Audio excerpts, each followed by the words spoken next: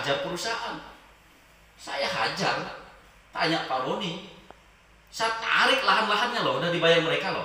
Nih kwitansinya. Nanti saya kasih semua dokumen saya kasih. Ini mau tamu saya buka. Sebenarnya saya kasihan.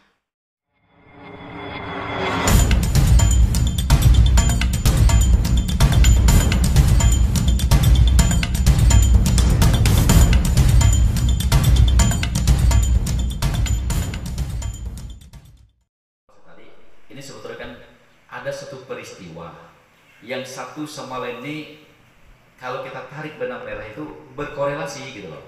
Nah ini saya cerita nih. Di fakta ini udah sampai di Polda keterangan saya, sampai di MADN, sampai di DAD Provinsi, semua sudah saya sampaikan. Keterangan Dewan Adat Dayak Kecamatan Lumah judulnya. Jadi begini intinya ya. Saya baru masuk ke peristiwa ini ya, kasus ini itu ketika pada tanggal 9 Januari 2020 Dewan Adat Dayak Kecamatan Lumah menerima surat dari Kepala Desa Sedan Selimbau dengan nomor 300/02/Ekbang perihal pelimpahan kasus jual beli lahan tanah warisan.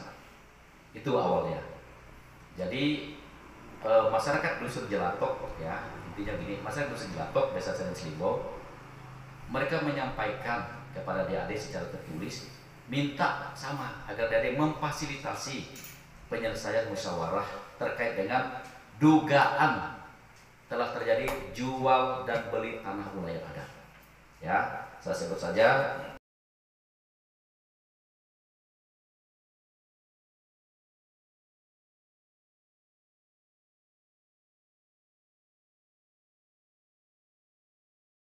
yang membeli adalah pihak PT PSA melalui Divisi Pengembangan Kebun. Saudara, saya panggil sama seperti ini, Forkopimda hadir semua. Lalu pada tanggal 15 Januari 2020 Dewan Adat Dayak Kecamatan Lumah mengundang pihak-pihak terkait antara lain pelapor masyarakat tadi, terlapor, pihak penjual dan pihak pembeli untuk melakukan musyawarah adat mencari penyelesaian permasalahan terkait jual beli lahan yang terjadi di Dusun Jelatok, Desa Sedan Selimbau, Kecamatan Lumah. Semuanya ada lampiran di sini, undangan semua ada. Tetapi waktu yang diagendakan yaitu tanggal 18 Januari 2020 Dewan Adat Dayak Kecamatan Lumah melakukan musyawarah adat yang pertama yang dihadiri oleh Kepala Desa Sedan Selimbau dan masyarakat Dusun Jelatok, pimpinan PT PSA, Forkopimda, Kepala Desa Belimbing. Namun kegiatan tersebut tidak dihadiri oleh pihak penjual, yang termasuk Ketua Adat Desa Belimbing juga tidak hadir pada saat undangan pertama saya. Kemudian seperti hari ini disepakatilah tolong DAD undang kedua kali. Tanggal 28 Januari 2020 musyawarah adat kedua dilakukan. Saya undang lagi kan. Setelah tanggal 18 tidak ada, saya 10 hari saya kasih waktu, kita undang lagi. Tanggal 28 Januari 2020 musyawarah kedua dilaksanakan. Namun pihak penjual lahan kembali tidak menghadiri kegiatan tersebut. Ya. Kemudian disepakati dalam kegiatan tersebut bahwa tetap dilaksanakan musyawarah, karena tidak mungkin orang satu kampung Jelatok datang udah marah-marah kalau tidak ada saluran dan 2 kali diundang kan. Pasti kita melihat situasi pada saat itu sehingga kita memang tetap melaksanakan kegiatan musyawarah. Kemudian diputusilah suatu keputusan, ada di sini semua. Keputusannya ada, semuanya ada berita acara putusan. Jadi berdasarkan hasil musyawarah bahwa secara sah dan meyakinkan sudah terjadi praktek jual beli lahan tanah wilayah, tanah adat, tanah komunal, tanah kampung Jelatok oleh penjual, kwitansi semua ada, semua foto-foto dokumen ada semua, kepada pihak perusahaan sebagai pembeli yang diwakili oleh Divisi Pengembangan Kebun dengan harga per hektarnya 11 juta rupiah seluas 42,3 hektar lahan yang dijual. Sehingga karena terbukti mereka, saya putuskan pihak penjual dan pembeli, artinya pihak masyarakat dan pihak PT PSA, saya jatuhi sanksi nangko nyual tanah adat. Nangko nyual itu curi menjual tanah wilayah adat atau tanah kampung. Saya putusin. Ya, dalam adat juga kan tentu yang bersalah kan harus ada keputusannya. Karena adat ini kan kita harus ya katakanlah pertama memenuhi unsur keadilan bagi masyarakat, kedua agar bisa menimbulkan juga efek jerak atau pembelajaran di kemudian hari. Sehingga diputuskanlah ada sanksi adatnya. Pihak perusahaan 2 kali lipat ya, atau berapa tail kemarin? Ada semua di 98 tail, pihaknya menjual 49 tail betul ya, tapi ada semua. Mereka harus kena adat satu, adat batang tubuh adat, artinya karena ini lahan sudah digusur habis, sudah ditanam, karena ini milik kampung, masih ada bukti tanam tumbuh tembawang kayak durian apa masih ada di sana. Yang kedua, mereka harus buat penabi, permohonan maaf pada kampung, penabi kepada kampung, penabi kepada pengurus. Sederhana sebenarnya, kalau kita salah, maaflah saya hilap. Sebenarnya selesai persoalan, padahal beda selesai. Tapi sampai 3 kali, saudara-saudaraku, ini tanggal ini saya undang lagi, ketiga kalinya nih. Nah, di tanggal 16 Februari 2020, Dewan Adat Dayak Kecamatan Luman mengundang ketiga kalinya para pelapor, terlapor dan pihak-pihak terkait perihal tindak lanjut hasil musyawarah adat. 3 kali kita undang, ya, mencari solusi kekeluargaan.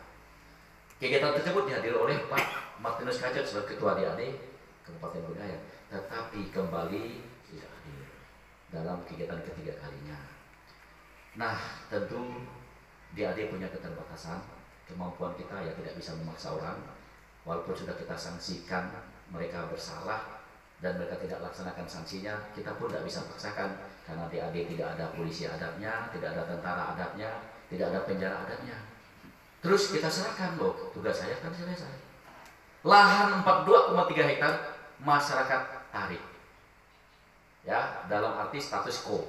Perusahaan juga tidak boleh dulu memilikinya, walaupun sudah ditanam, masyarakat juga belum boleh, karena ini harus ada dicari solusinya. Apa yang tuntutan masyarakat? Tuntutan masyarakat bahwa uang 11 juta per hektar harga lahan tersebut harus diterima oleh seluruh warga masyarakat Jalantok, tidak hanya kepada oknum 3 orang atau 4 orang, tapi 57 kakak ya kalau di Jalantok ya. 57 kakak itu berhak menerima uang konversi lahan itu karena itu milik umum atau milik kampung. Inilah posisi DAD. Coba posisi saya, keputusan saya menguntungkan siapa ini? Keputusan saya menguntungkan masyarakat adat Dusun Jalantok karena mereka benar. Yang dituntut mereka bukan tuh. Sementara yang menjual, jangankan mau menunjukkan bukti dia punya lahan di sana, datang saja tidak berani. Di dalam sudut pandang adat, orang berani karena benar, tetapi orang takut itu biasanya karena salah. Ini pemohon saya. Itu terjadi.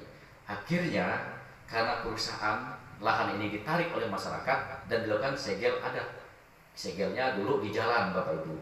Ya, saya perintahkan orang Jalantok, cabut segelmu. Tidak boleh meninggal jalan, betul Bro ya? Karena jalan ini nanti kita yang lewat ini ada nyebata, ada segala bawik, ada segala barang-barang. Kalau juga luar jalan, kalau mereka marah gimana? Pagi-pagi tidak sampai 24 jam segel dibuka, segel di tengah-tengah lahan itu. 42, pilih saja di mana, di segel di situ.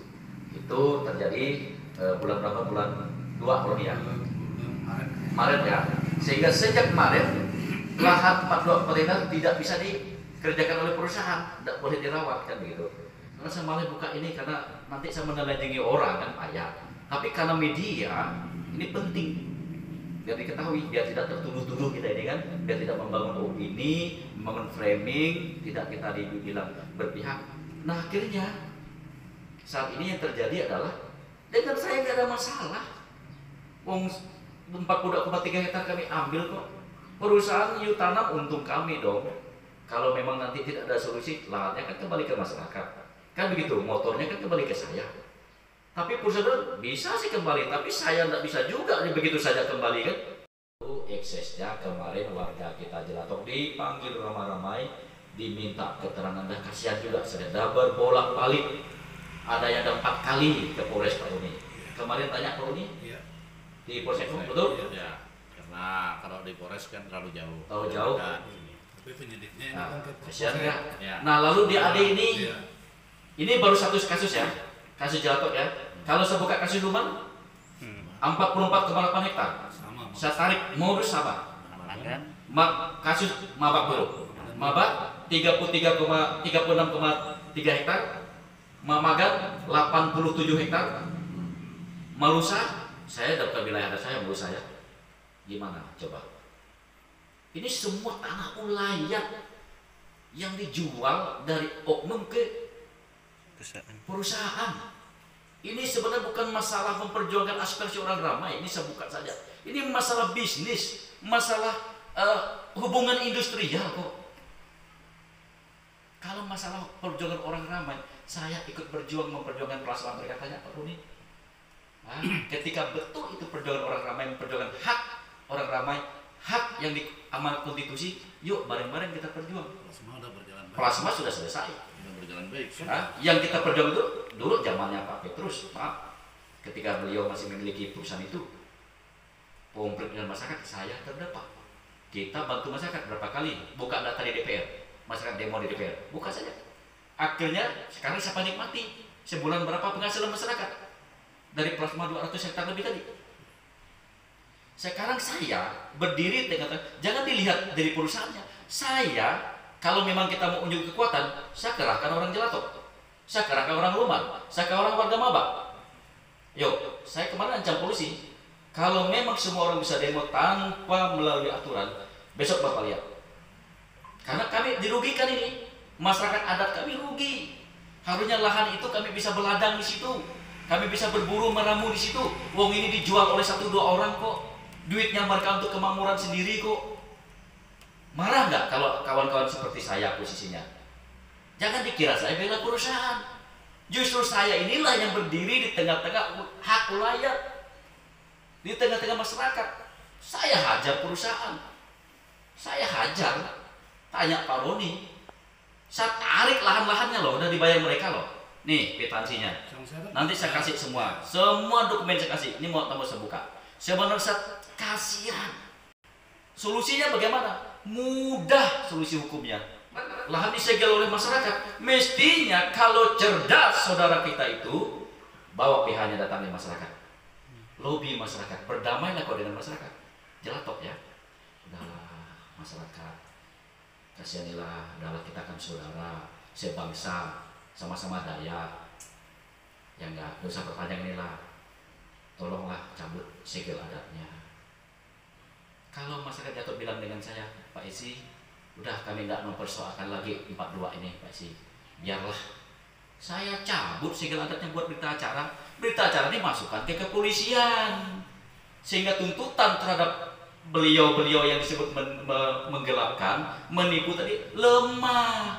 Ini kan baru dugaan, baru sangkaan. Waktu sidang nanti bisa saja tidak terbukti. Kan belum terdakwa. Ini belum terdakwa tapi sudah melakukan manuver-manuver yang justru itu bukan tanah ulayat. Mana suratnya? Sekarang saya mau tanya, apakah ada Tembawa orang Dayak ada suratnya? Ini kan aneh nanya surat. Nggak ada lah tanah ulayat, tapi ini kan bicara pengakuan. Gitu loh. Jadi ini yang terjadi kawan-kawan. Dan ini baru satu titik, dan itu seperti kotak Pandora. Kalau yang ini nanti terbuka, maka akan membuka kotak-kotak yang lain. Tapi kalau ini tetap tertutup rapat, maka yang lain pun ada kemungkinan tetap akan aman. Kuncinya di situ. Maka saya bilang, kalau saudara-saudara itu cerdas, datang kepada masyarakat, dan saya selaku DAD akan menilai. Ini baru saya buka sedikit. Kalau saya buka soal yang lain nanti payah, itu pribadi sekali lah, ya. Tapi biarlah kebenaran itu Setyam Epa Jayate. Pada akhirnya kebenaranlah yang akan keluar menjadi pemenangnya. Berputar di mana-mana pun kebenaran pasti keluar jadi pemenang.